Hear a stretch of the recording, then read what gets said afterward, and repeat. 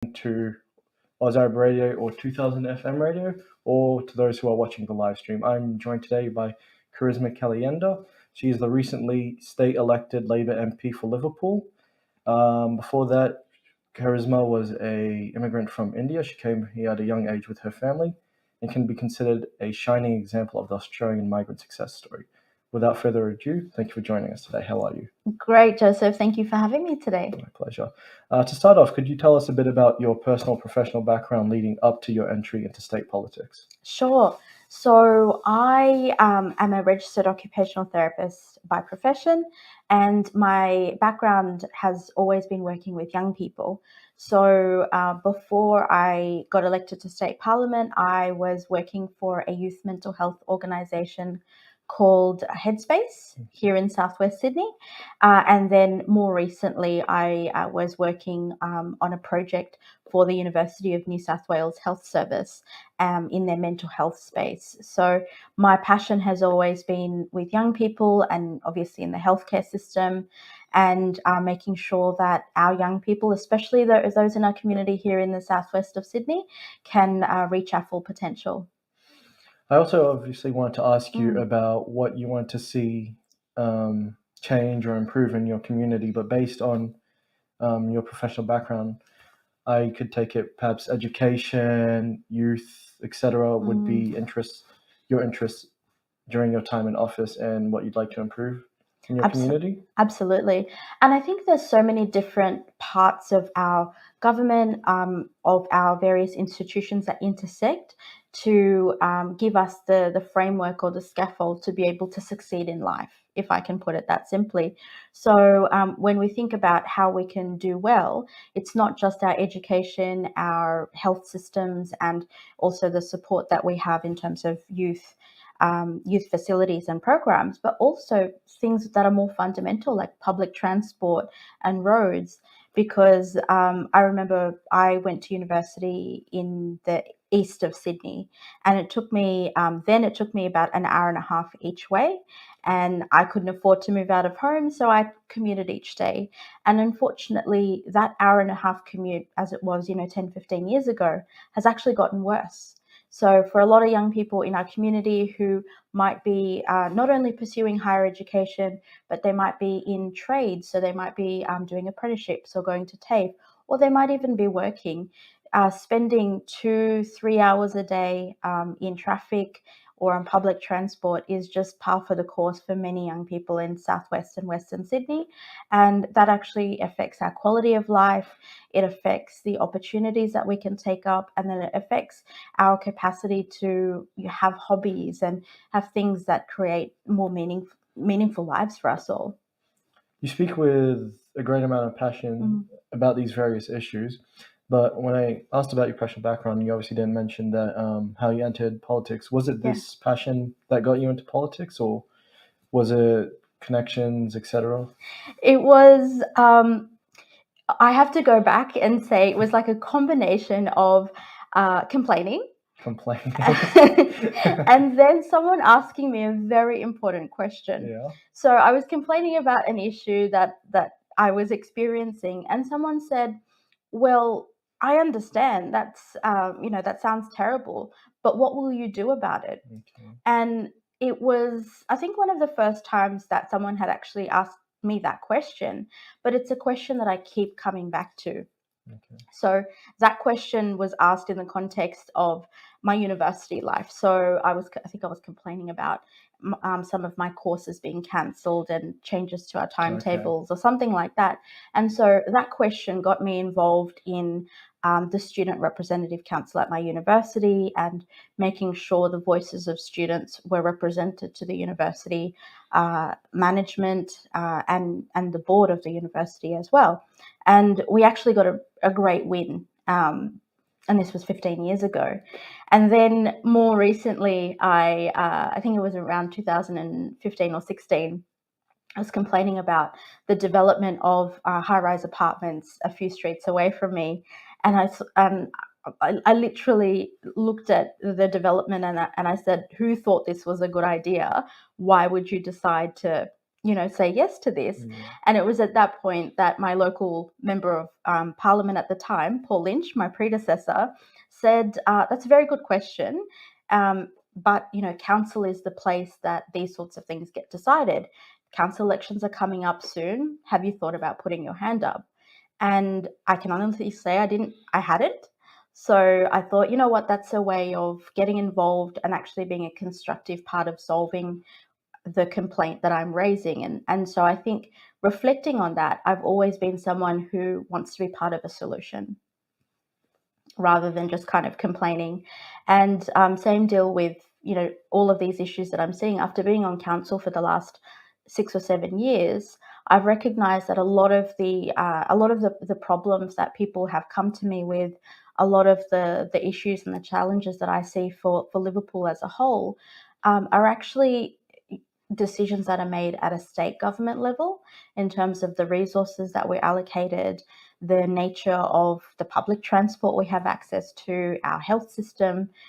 All of these things are the responsibility of state governments. And so when Paul said that he was intending to retire and encouraged me to put my hand up, I thought, you know what, I've been talking about some of these issues and these challenges for Liverpool and our community for so long. Here's an opportunity to be part of that solution and to advocate at a different level for our community. So was it around that time, 2015-16, that Yeah. you joined the Labour Party because of issues with these high rises, or had you been a member of the party beforehand I'd been a member of the party beforehand since university. So during the university cuts you mentioned earlier? that's right. So I got involved in that campaign, and it was one of those experiences that really changed the way that I saw how people come together, how people can affect change. So, to give you a story about how that all worked, as a group of students, we were able to operate on two levels. So, on the one hand, we really wanted to hear from students about the impact of course cuts and changes to the university timetable. So, how did it affect their capacity to work? How did it affect their learning? How did it affect the content that they could that they could take on board during their courses, right? And then on the other hand, we also wanted to give people an opportunity to vent their emotions, because I think so much of the time in political spaces, or when people have change forced upon them, there's an emotional response, there's a frustration, there's an anger, and that also has to have a space to be viewed, to be heard by people in positions of power. So we ran a survey and we collected the results of that survey, all of the things that students were telling us, and we presented that in a report to the University Council, which is the highest decision-making body of the university. And we said, this is what students are telling us. And we went one step further. We said, here are some options that we have modeled in terms of what you're proposing, what students want you to take on board, and what some reasonable middle ground options are, which was really constructively viewed, which was great.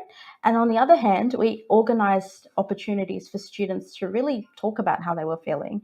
So, for example, we organised a sit-in outside the university library, which afforded students an opportunity to really say, hey, these are ways that these changes are affecting us negatively, and this is what we want to see instead. So we made sure that we were operating at both of those levels. Based on what you've told me about your time in politics, you've really been community involved in your campaigning and the way you act in office and in general. In this election, did you have a similar approach to that? Did you essentially conduct a survey with people in Liverpool about what they felt was the biggest issue that they were currently worried about?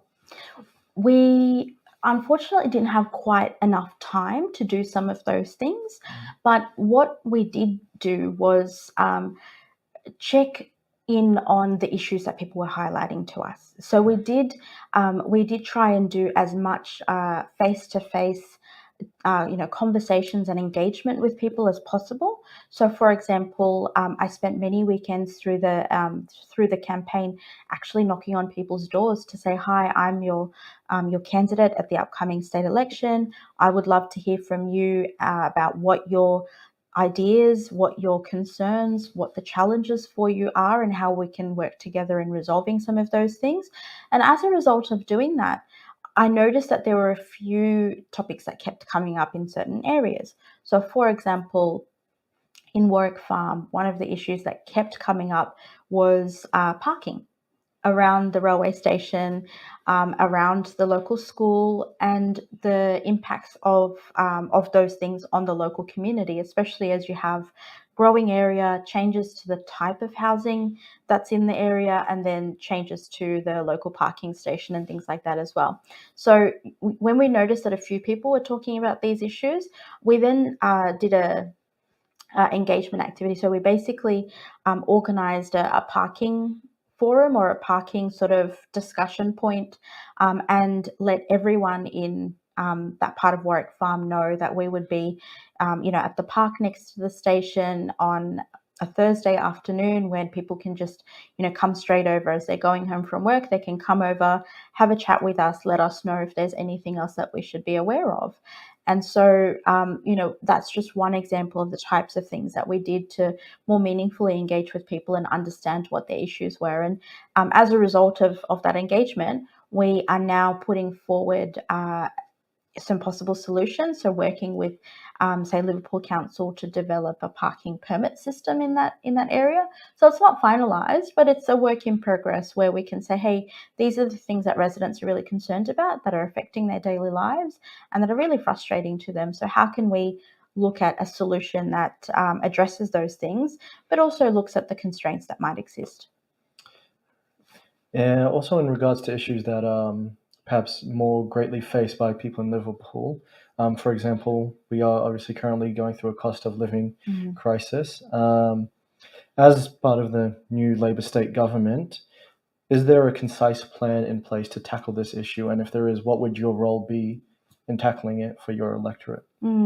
It's a good question because, a lot of surveys, there's a lot of indication that it's the number one issue that people are concerned about and that they care about. In terms of as a state government, we have to be mindful of the ways that we can and can't affect the cost of living. So unfortunately, we don't have control over things like interest rates. So we need to be mindful of that. But on the other hand, we do have control over something like the tolls that people are paying. So one of the commitments that the Labor government went into the election with and that we are honouring is to cap the amount that people pay in tolls every week. So similar to the cap that people have on public transport. So, when you tap on and tap off using your Opal card, if you catch the train or the bus or whatever it is, there's a cap of $60 a week. There's no reason as to why that cap should also not exist for toll roads and the tolls that people pay. So that's one way that we're really looking at the things that might meaningfully contribute to a family's household budget, because especially for people in this part of Sydney, many are reliant on cars. Many need to travel all over Sydney in order to do their work or get to places, especially if they run businesses or are involved or work in other parts of Sydney. And reducing the amount that they pay in tolls is one way that we can affect that. But we also are looking, and the other thing that we really need to be mindful of is the ways that people's wages aren't right or have not been rising in the last few years. So again, when you look at the types of workers that make up a lot of our state, a lot of them are public servants, like your teachers, like paramedics, like nurses, and police, and other types of essential public workers. And many of these workers have had a wage freeze over the last few years, which was implemented during COVID. These workers have gone above and beyond to support our community in the last 3 to 4 years. And unfortunately, on the one hand, they're seeing rising costs of living. So, every time they go to Woolworths or Coles or whatever grocery store to buy what their family needs for the week, they're paying more, but their wages aren't rising either. So one of the other commitments that we made was to lift that wages cap, so that some of our essential workers and some of these people who are at the pointy end of this cost of living crisis are better able to manage those priorities. Would you happen to know why the wage freeze was initially put in place and how it's going to be funded now? Would it be funded via new taxes? So we are, every budget is about priorities. Okay. And what the Treasurer is doing at the moment is going line by line through the budget to get a better sense of some of the commitments and some of the sources of waste, if I can call it that. Financial waste that would be better spent in addressing these priorities. Okay. So, we're really looking at, what is going to serve us well, what is going to serve our state well going forward, and what is not going to serve our state. So essentially reallocating money that would be better spent on That's right. increasing wages. And the other point I would make is, part of the reason why, there was media criticism in the lead up to the election saying that, there was not enough razzle-dazzle in terms of Labor's commitments, right? Not enough big spending, not enough, not enough big spending or whatnot, was because we were very careful and prudent in what we wanted to commit going into the election, because we knew that, like I said, a budget is about priorities, and our priority is to make sure that, many of the people in our state who weren't feeling like their work was valued, who weren't feeling like they were living in a state that was going forward, were able to really see that we prioritize the people living in this state. The state is not, the people of this state aren't just cash cows that we just extract more and more money from. And the privatization debate that occurred during the election campaign was very much front and center of that, because I think the community has recognized that whilst you might have a one-off monetary injection from selling off public assets, long term it actually costs our community more. If we could circle back to you now, I Sure. mentioned at the beginning how you're an immigrant from India, and we can consider your life an Australian migrant success story. Would you hope that your background essentially serves as an inspiration to other immigrants who've come to Australia to pursue the highest office or their greatest dreams? Look, I think the beauty of Australia as a country is that there are so many opportunities that are afforded to those of us who may come from anywhere in the world. Okay. I think there's a line in one of Barack Obama's speeches where he talks about the exceptionalism of his story in the lead up to becoming president. And I remember when he said that, when he was talking about his story and how nowhere else in the world would something like that happen, I thought, no, Australia, it can happen in Australia as well. And I think my journey is an example of how it could be politics, it could be working in the media, it could be business, it could be any field.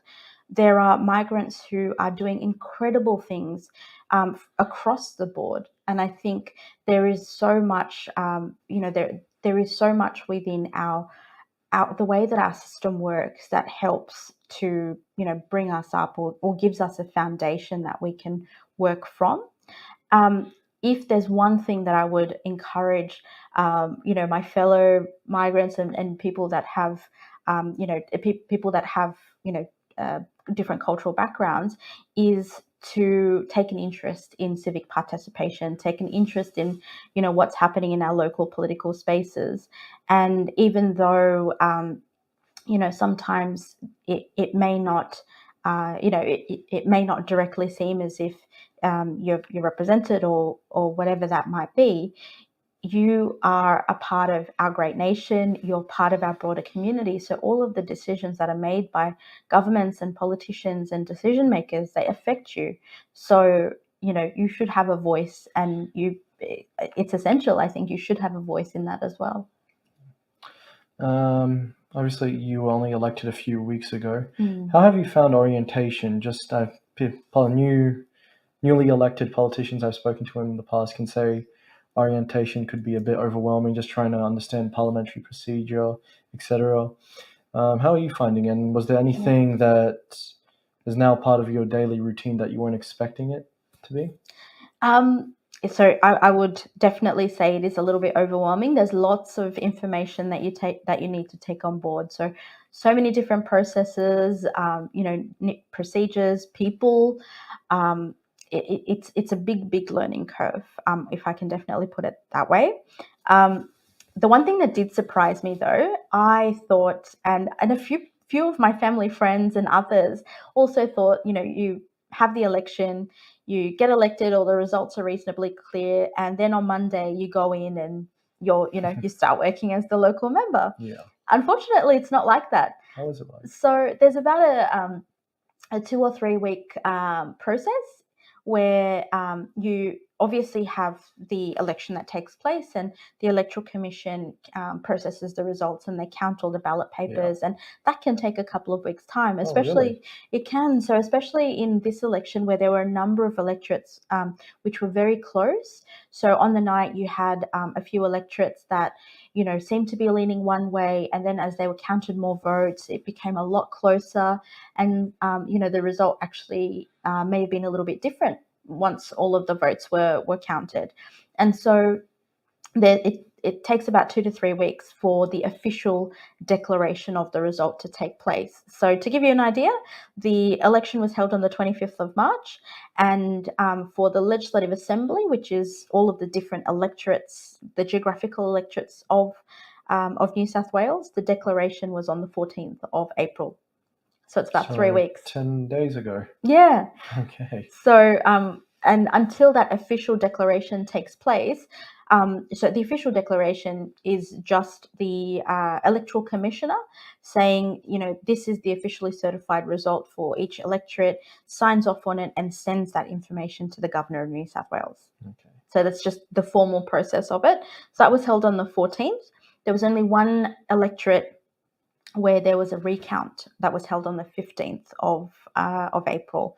So that electorate was declared following the recount because the result was so close.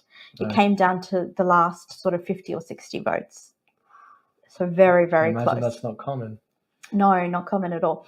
So once the declaration takes place, then the sort of the staff or the department of what's called parliamentary services, they can then start onboarding the new members. So up until last Monday, I was not able to access the office or have an email or have a way of hiring staff or anything like that. So all of those things actually happen after the declaration.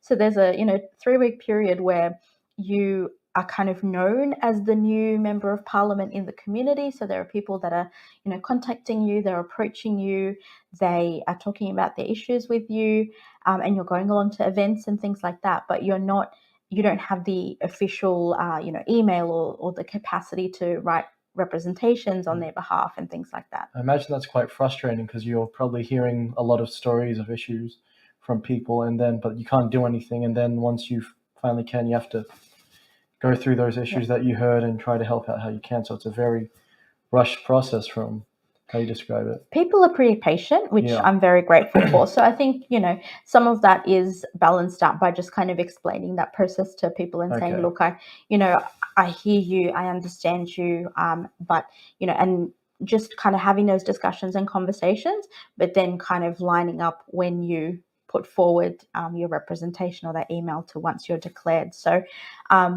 I still am in the process of finalizing my letterhead, so that's the next thing. So I can officially kind of send out letters and things like that. But that's the process. That's the nature of things, and you understand why it happens because for example, back in previous times, the count could take longer than a few days, and sometimes they do multiple counts just to make sure that the result is exactly correct, and there's nothing that's been missed, or there's no oversights and things like that. So even though our world has changed and we expect things in a much shorter turnaround, these processes exist to make sure that we get things correct rather than try and rush it and get things wrong in the process. But for me, I know not every member of parliament is in that position, because some are taking over from a retiring member like myself. Some are taking over from an opponent that was the sitting member previously. So there's a transition there, and others are perhaps in a new electorate, like one of my colleagues. So there's all sorts of different situations and different different things that people are walking into. To conclude, what's a message that you'd like to leave with your community today? Yeah. As we leave, and as you mentioned just now, you're still trying to set up your email and office and everything. Yeah. What's the best way for your electorate to contact you? Well, the good news is, as of sort of late last week, we have the email up and running. The office, the office is still taking phone calls and things like that. So we are in a lucky position in which our office is ready to go, ready to hit the ground running. Some of those fine tuning things like the letterhead are still coming on board, but every single day we're moving further and further to being more established. So the best way to contact us, if you Google my name, or I think it would be good to put a link into this email. So in the caption, there'll be a link to our contact details. You can contact the office to make an appointment.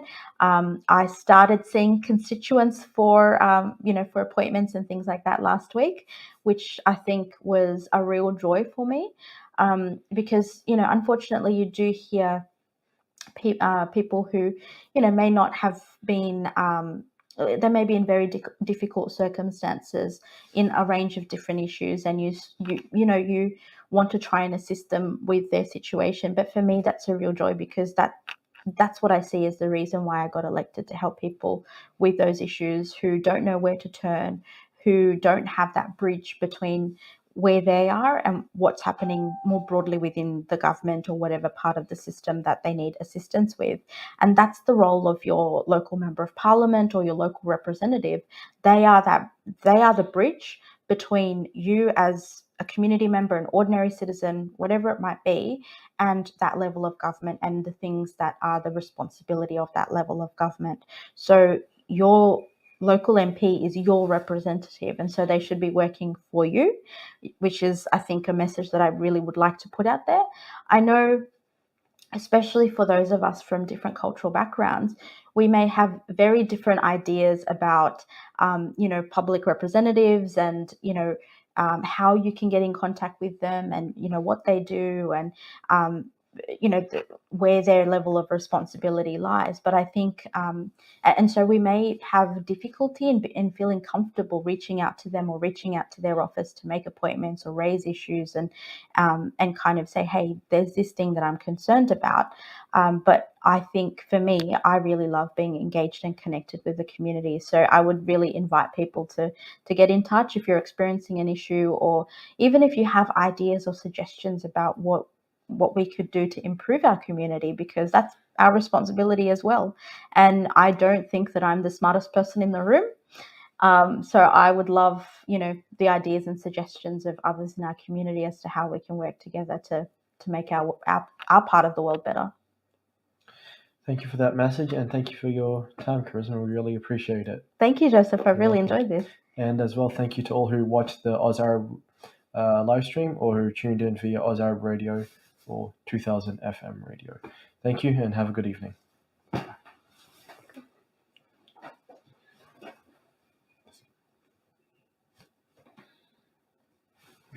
All right. Excellent.